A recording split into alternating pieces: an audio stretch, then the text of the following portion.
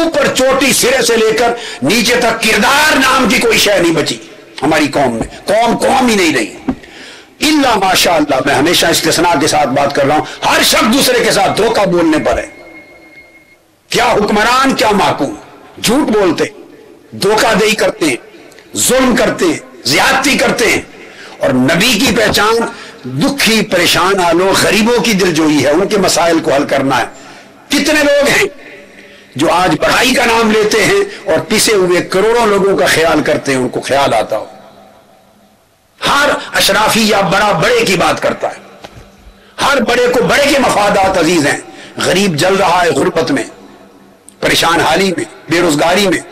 کبھی دیکھا کہ کسی کے ایجنڈے میں غریب کا کوئی مسئلہ زندگی میں ہو؟ سرے سے اس ملک کے حکمرانوں کے ایجنڈے میں ہی غریب کی غربت نہیں ہے, اس کے سلگتے ہوئے مسائل نہیں ہیں, اس کی پریشان حال زندگی اس کے ایجنڈے میں نہیں ہے. قومیں کہاں کی کہاں نکل گئیں اور ہم صرف اپنے جنگ و جدال اور جھوٹ اور دجر و فریب کے اندر ہی بیٹھے ہوئے, اس سے آگے نکلنے کا نام نہیں لیتے. یہ قوم کب بنے گی؟ اس کے اندر اخلاق کی قدریں کب زندہ ہوں گی؟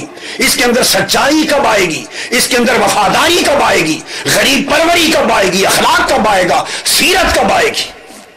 جب تک یہ قدریں آپ اپنے اندر ہر انڈیویجول اور اجتماعیت پوری سوسائٹی زندہ نہیں کرے گی, آپ کبھی خیر کی توقع مت کریں.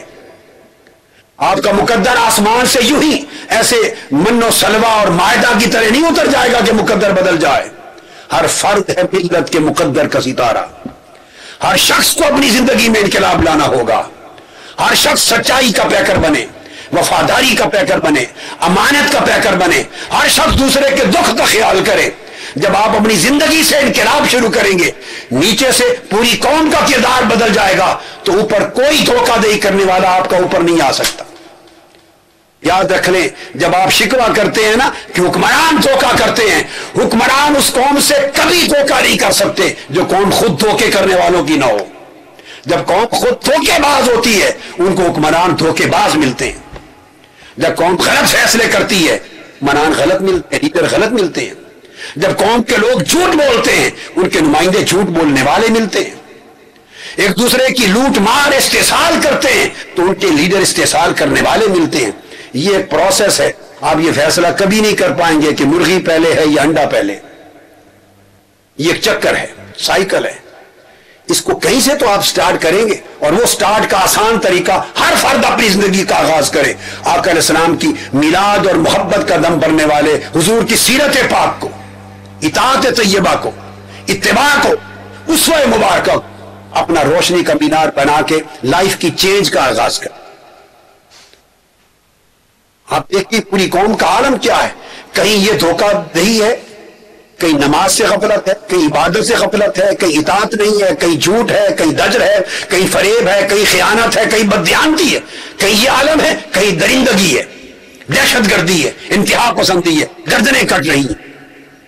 یہی قوم ہے جس میں قبروں سے لوگوں کو نکال کے درختوں سے لٹکایا گیا, گولیوں سے چھلنی کیا گیا, ذبح کیا گیا, بے درخت مسجدوں پہ بمباری کی جاتی ہے. اسی قوم سے لوگ پیدا ہوئے, باہر سے تو نہیں آئے. کوئی لوگ باہر سے نہیں آتے. قوم کا جب کردار ہی نہیں رہتا, اس کے بعد ہر قسم کے جرائم پیشہ لوگ اس میں پیدا ہوتے. یہی کراچی ہے آپ کا.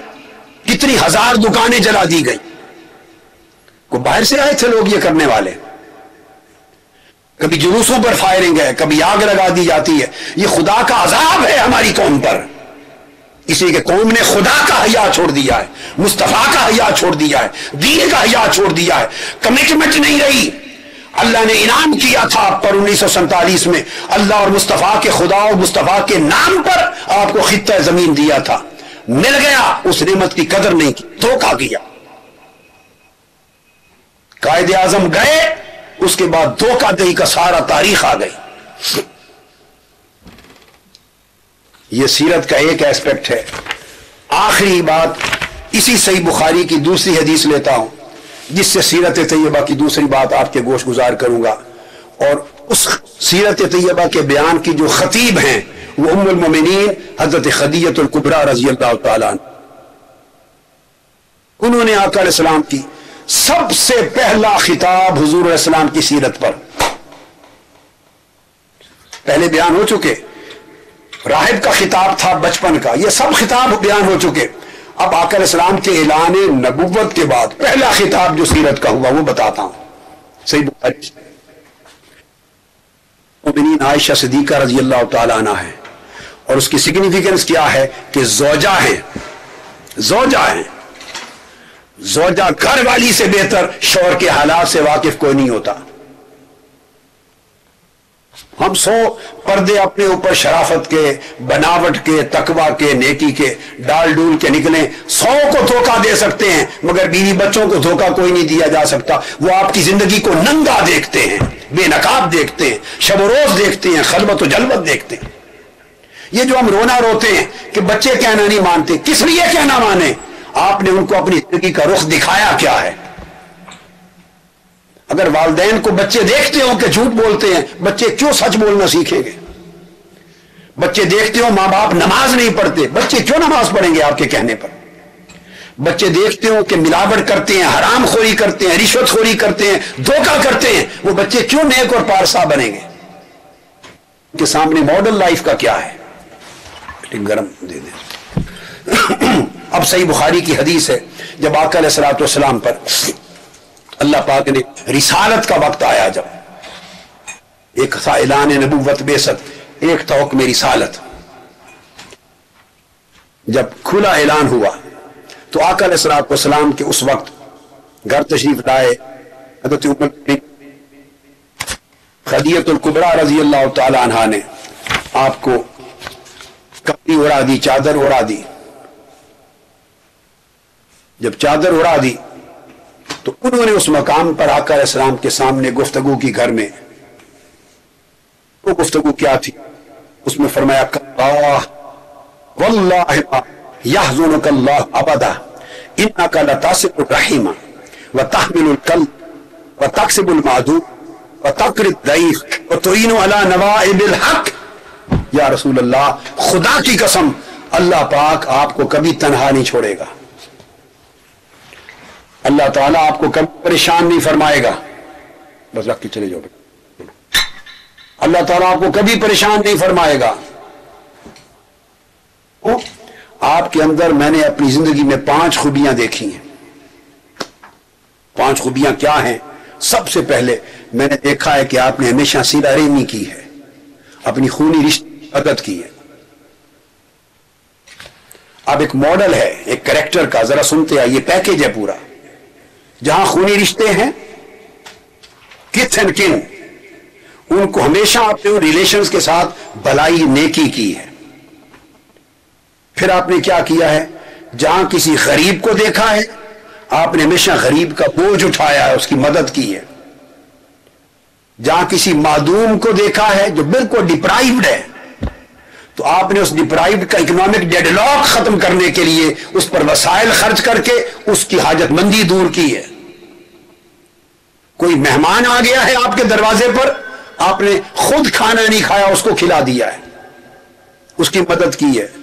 اور اگر جو لوگ اس ظلم اور پریشانی میں مبتلا جو پریشان حال ہوتے ہیں، آپ نے حق کی خاطر ہمیشہ ان کی مدد کی اور کھڑے ہو گئے، مظلوم کے لیے ہمیشہ کھڑے ہو گئے. آپ نے عرض کی یا رسول اللہ، یہ 5 خوبیاں جو میں نے آپ کے اندر دیکھی ہیں، جس کردار میں یہ 5 خوبیاں ہوں اس کو اللہ کبھی تنہا نہیں چھوڑ سکتا. اب آئیے اس پیمانے پر پرکھیں، انفرادی طور پر بھی، پوری قوم کے لحاظ سے، قومی طور پر. ہم جیسے کتنے ہیں، ہر شخص سوچے جو اپنے تمام خونی رشتوں کے ساتھ بھلائی کرتا ہے. یہاں سے بگننگ ہوتی ہے. ہمارے دنگا فساد ہی خونی رشتوں میں ہوتا ہے سارا. کسی کی شادی ہو جائے تو روٹھ کے بیٹھ جائے،